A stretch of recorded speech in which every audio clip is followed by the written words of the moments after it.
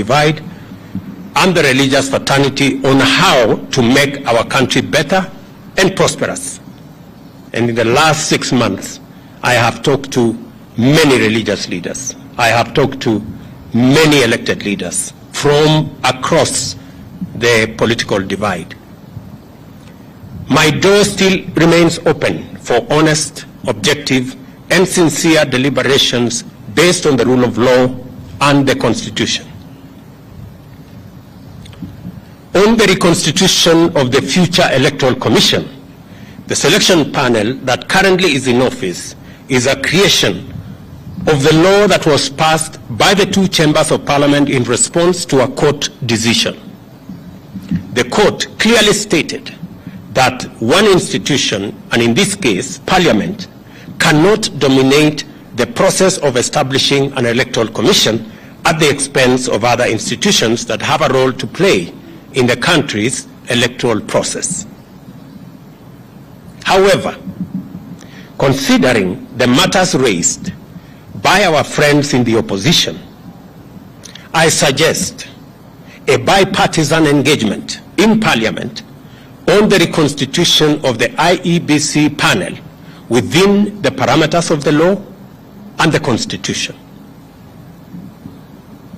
In any case, as a Democrat and guided by the Constitution, I, on the 9th of December 2022, sent a memorandum to the Speakers of the National Assembly and Senate requesting the purposive intervention on implementation of the 2/3 gender rule, entrenchment in the Constitution of the Constituency Development Fund, Senate oversight and national gender affirmative action funds, establishment of the position of the Leader of Opposition, and the improvement of parliamentary oversight of the executive. And for the record, Parliament has already approved the parliamentary oversight of the executive, and shortly, cabinet secretaries will be appearing before the House to answer questions. The other items are still in Parliament. The IEBC selection panel and the future process of recruitment of its commissioners could as well be part of a conversation leading to constitutionally and legally binding proposals through a bipartisan parliamentary process.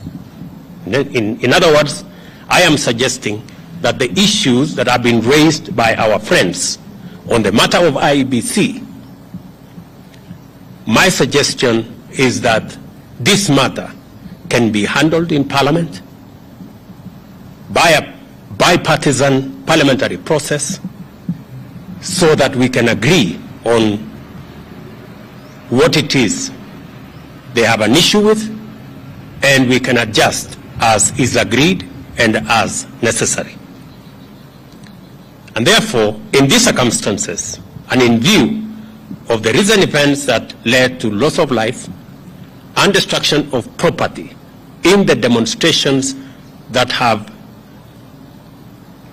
occasioned in our country for the last 2 weeks, I urge my brother Raila Odinga and the opposition to call off the demonstrations and to give this bipartisan approach a chance for us to take the country forward.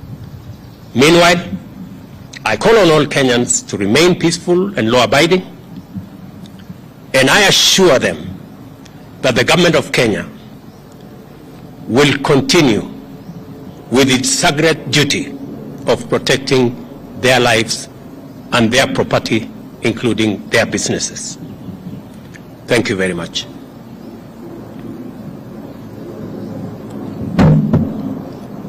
I can take 1 or 2 questions.